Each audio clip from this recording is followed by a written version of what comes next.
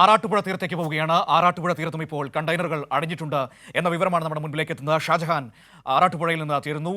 ഷാജി, ആറാട്ടുപുഴയിലും ഇപ്പോൾ കണ്ടെയ്നറുകൾ അടിഞ്ഞിരിക്കുന്നു എന്ന വിവരങ്ങൾ വരുന്നു. എത്ര കണ്ടെയ്നറുകളാണ് ഇപ്പോൾ ആറാട്ടുപുഴ തീരത്ത് എത്തിയിരിക്കുന്നത്? എന്താണ് അവിടെ നിന്ന് കാണാൻ പറ്റുന്നത്?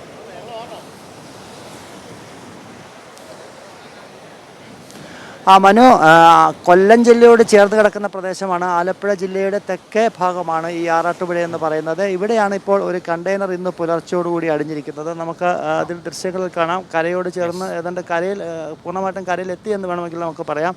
പക്ഷേ ഈ കണ്ടെയ്നർ തിരയടിച്ച് അതിന് ഇപ്പുറത്ത് നമ്മുടെ കടൽഭിത്തി ഉള്ളതുകൊണ്ട് ഇതിൻ്റെ ഇടയിൽ കിടന്നിട്ട് അത് ഈ കണ്ടെയ്നർ പൊട്ടിയിട്ടുണ്ട്. ഈ കണ്ടെയ്നറിന് ഉള്ളിൽ നിന്നും കുറച്ചധികം പാക്കറ്റുകൾ പോലെയുള്ള വസ്തുക്കൾ പുറത്ത് ഒഴുകി നടക്കുന്നത് നമ്മൾ കാണുന്നുണ്ട്. ഇത് എന്താണ് ഈ ഒഴുകി നടക്കുന്നത് എന്ന് സംബന്ധിച്ച് വ്യക്തമല്ല. ഇന്ന് രാവിലെ ഏതാണ്ട് 5 മണിക്ക് ശേഷമാണ് മത്സ്യത്തൊഴിലാളികൾക്ക് ഈ വിവരം ലഭിച്ചത്. അങ്ങനെ മത്സ്യത്തൊഴിലാളികൾക്ക് ലഭിച്ച വിവരത്തിൻ്റെ അടിസ്ഥാനത്തിലാണ് ഇപ്പോൾ കോസ്റ്റൽ പോലീസും അതോടൊപ്പം തന്നെ ആറാട്ടുപുഴയിലെ പോലീസും നാട്ടുകാരും ഒക്കെ തന്നെ ഇവിടെ നിൽക്കുന്നുണ്ട്.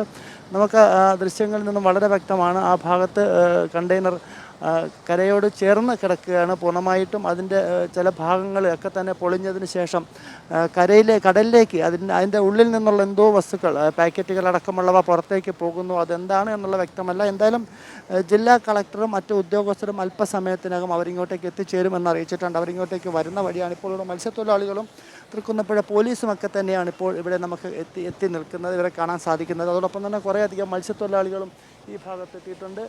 ഈ സാധാരണ കണ്ടെയ്നർ അടിഞ്ഞ് നമുക്ക് മറ്റു ഭാഗത്തൊക്കെ തന്നെ കണ്ടെയ്നർ അതേ സ്ഥിതിയിൽ തന്നെയാണ് കിടക്കുന്നതെങ്കിൽ ഇവിടെ അത് പൊളിഞ്ഞ് വരുന്ന ഒരു സ്ഥിതിയാണ് കാണാൻ സാധിക്കുന്നത്. അതിൽ നിന്ന് എന്തൊക്കെയോ വസ്തുക്കൾ, ഒരു പാക്കറ്റ് തരത്തിലുള്ള വസ്തുക്കളൊക്കെ തന്നെ പുറത്തേക്ക് പോകുന്നത് നമുക്ക് കാണാൻ സാധിക്കുന്നുണ്ട്. എന്തായാലും മത്സ്യത്തൊഴിലാളികളൊക്കെ തന്നെ ഇവിടെ കൂടി നിൽക്കുന്നുണ്ട്. മനു, തീർച്ചയായും ഈ പറഞ്ഞതുപോലെ ഷാജി, കൊല്ലത്ത് നമ്മൾ ഇങ്ങനെ തന്നെയാണ് കണ്ടത്. കണ്ടെയ്നറുകൾ പൊളിഞ്ഞാണ് പലയിടങ്ങളിലും എത്തിയിരിക്കുന്നത്. എനിക്ക് തോന്നുന്നു ഈ കടലിലേക്ക് വീണ് അതിൻ്റെ ഒരു ആഘാതത്തിൽ തിരയുടെയൊക്കെ ശക്തിയിൽ പൊളിഞ്ഞു പോയതായിരിക്കാം. ഈ പാക്കറ്റുകൾ ഒഴുകി നടക്കുന്നതൊക്കെ വലിയ ആശങ്ക ഉളവാക്കുന്നുണ്ട്. ഏതായാലും കെമിക്കലുകളല്ല എന്ന് തോന്നുന്നു. കാരണം കെമിക്കലുകളാണെങ്കിൽ ഈ പറയുന്ന പോലെ മറൈൻ ഓയിൽ ആണെങ്കിൽ ഇങ്ങനെ പാക്കറ്റിലാക്കി കൊണ്ടുവരില്ലല്ലോ. അപ്പോൾ അതല്ല എന്ന് തോന്നുന്നു.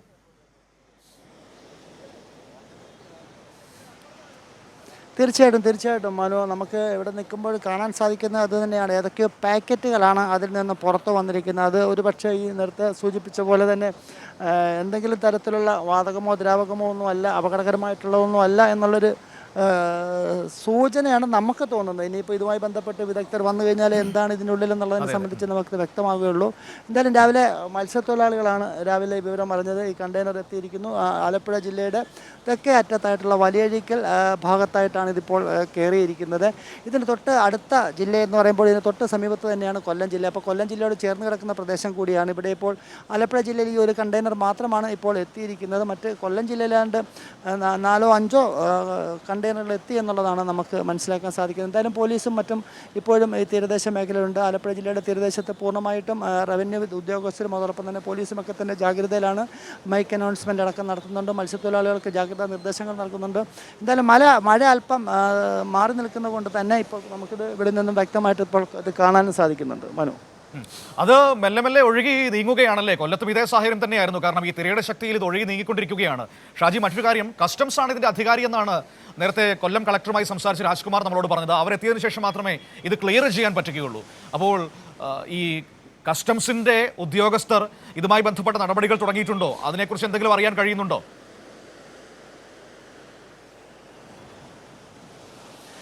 മനു, ഇതുമായി ബന്ധപ്പെട്ട് നമ്മൾ ഇന്നലെ തന്നെ ജില്ലാ ഭരണാധികാരികളുമായിട്ട് ബന്ധപ്പെട്ടിരുന്നു. ഇത് അഥവാ വന്നു കഴിഞ്ഞാൽ എന്തായിരിക്കും നമ്മളുടെ പ്രൊസീജിയർ എന്നുള്ള കാര്യം നമ്മൾ ചോദിച്ചിരുന്നു. അപ്പോൾ സ്വാഭാവികമായിട്ടും ഇതിപ്പോൾ കടൽ മാർഗം എത്തിയത് കൊണ്ട് തന്നെ കസ്റ്റംസിൻ്റെ ക്ലിയറൻസ് കഴിഞ്ഞാൽ മാത്രമേ പോലീസിനോ അല്ലെങ്കിൽ മറ്റാർക്കോ അതിൽ ഇടപെടാൻ സാധിക്കുകയുള്ളൂ.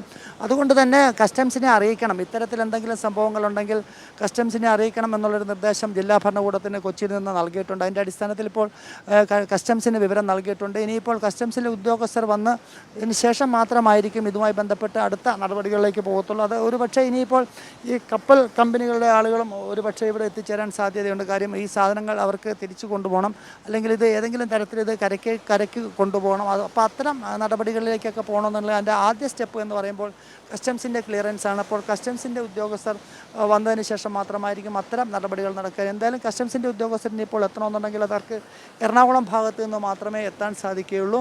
അതുകൊണ്ട് തന്നെ അത് സമയമെടുക്കും. എന്തായാലും ഒരു 3-4 മണിക്കൂറിന് ശേഷമായിരിക്കും ഇനി അത്തരം നടപടികളിലേക്ക് പോകുക. അപ്പോൾ നിലവിൽ ഇപ്പോൾ ഇതിവിടെ കിടക്കുകയാണ്, ഈ കണ്ടെയ്നർ ഇവിടെ കിടക്കുകയാണ്. ഇനിയിപ്പോൾ പോലീസും അതോടൊപ്പം തന്നെ മറ്റും ഇവിടെ കാവൽ കോസ്റ്റൽ പോലീസും ഒക്കെ തന്നെ ഇവിടെ കാവൽ നിൽക്കുന്ന നമുക്ക് കാണാൻ സാധിക്കുന്നുണ്ട്. നാട്ടുകാർ മത്സ്യത്തൊഴിലാളികളും മറ്റും അങ്ങോട്ടേക്ക് കടക്കാതിരിക്കുന്നതിന് വേണ്ടിയിട്ടുള്ള നിർദ്ദേശങ്ങൾ നൽകിയിട്ടുണ്ട്. നമുക്ക് കാണാം, നമ്മൾ കുറച്ച് ഇങ്ങോട്ട് മാറി നിൽക്കുകയാണ്. കാര്യം കൂടുതൽ അടുത്തോട്ട് പോയാൽ നമുക്ക് കൂടുതൽ വിഷയം എടുക്കാം. പക്ഷേ നിലവിലെ നമുക്ക് ലഭിച്ചിരിക്കുന്ന നിർദ്ദേശങ്ങളുടെ അടിസ്ഥാനത്തിൽ ഒരു 100-200 മീറ്റർ മാറിയേ നിൽക്കാവൂ എന്ന് പറഞ്ഞിട്ടുണ്ട്. കാര്യം ഇതിനുള്ളിൽ എന്താണ്, ഇനി അടുത്ത് എന്ത് സംഭവിക്കും, ഇത്തരം കാര്യങ്ങളെക്കുറിച്ചൊന്നും നമുക്ക് വ്യക്തമില്ലാത്ത സാഹചര്യത്തിൽ എന്തായാലും നമുക്ക് ഇവിടെ നിന്ന് ഇപ്പോൾ കാണാൻ സാധിക്കുന്നത് ഇത് തന്നെയാണ്. കണ്ടെയ്നർ അവിടെ അടിഞ്ഞു കിടക്കുന്നതും അതിൻ്റെ അകത്ത് നിന്നും എന്തൊക്കെയോ വസ്തുക്കൾ പുറത്തേക്ക് ഒഴുകി നടക്കുന്നതുമാണ് നമുക്കിപ്പോൾ കാണാൻ സാധിക്കുന്നത്. അനു, ശരി ഷാജി, ഏതായാലും അതിന്റെ കൂടുതൽ വിവരങ്ങൾ പരിശോധിക്കുക. നമുക്ക് അല്പസമയത്തിനകം കൂടുതൽ വിശദാംശങ്ങളിലേക്ക് എത്താം. ഏതായാലും ഇപ്പോൾ 8 കണ്ടെയ്നറുകളായിരിക്കുന്നു. കൊല്ലം ജില്ലയിൽ 7 എണ്ണം, ഇപ്പോൾ ആലപ്പുഴ ജില്ലയിൽ ആറാട്ടുപുഴയിൽ, കൊല്ലത്തോട് ചേർന്ന് കിടക്കുന്ന ആറാട്ടുപുഴയിൽ ഒരെണ്ണം അടിഞ്ഞിരിക്കുന്നു. അങ്ങനെ 8 കണ്ടെയ്നറുകൾ അടിഞ്ഞിരിക്കുന്നു ഈ സമയത്ത് എന്നതാണ് ഏറ്റവും പ്രധാനപ്പെട്ട കാര്യം. അതിൽ തന്നെ ഇനി കസ്റ്റംസ് വന്നതിന് ശേഷം മാത്രമേ ഇത് ക്ലിയർ ചെയ്യാൻ പറ്റുകയുള്ളൂ എന്നാണ് നമുക്ക് അറിയാൻ കഴിയുന്നത്. അപ്പോൾ അവരുടെ ഉദ്യോഗസ്ഥർ വളരെ വേഗത്തിൽ എത്തുമെന്ന് പ്രതീക്ഷിക്കുന്നു.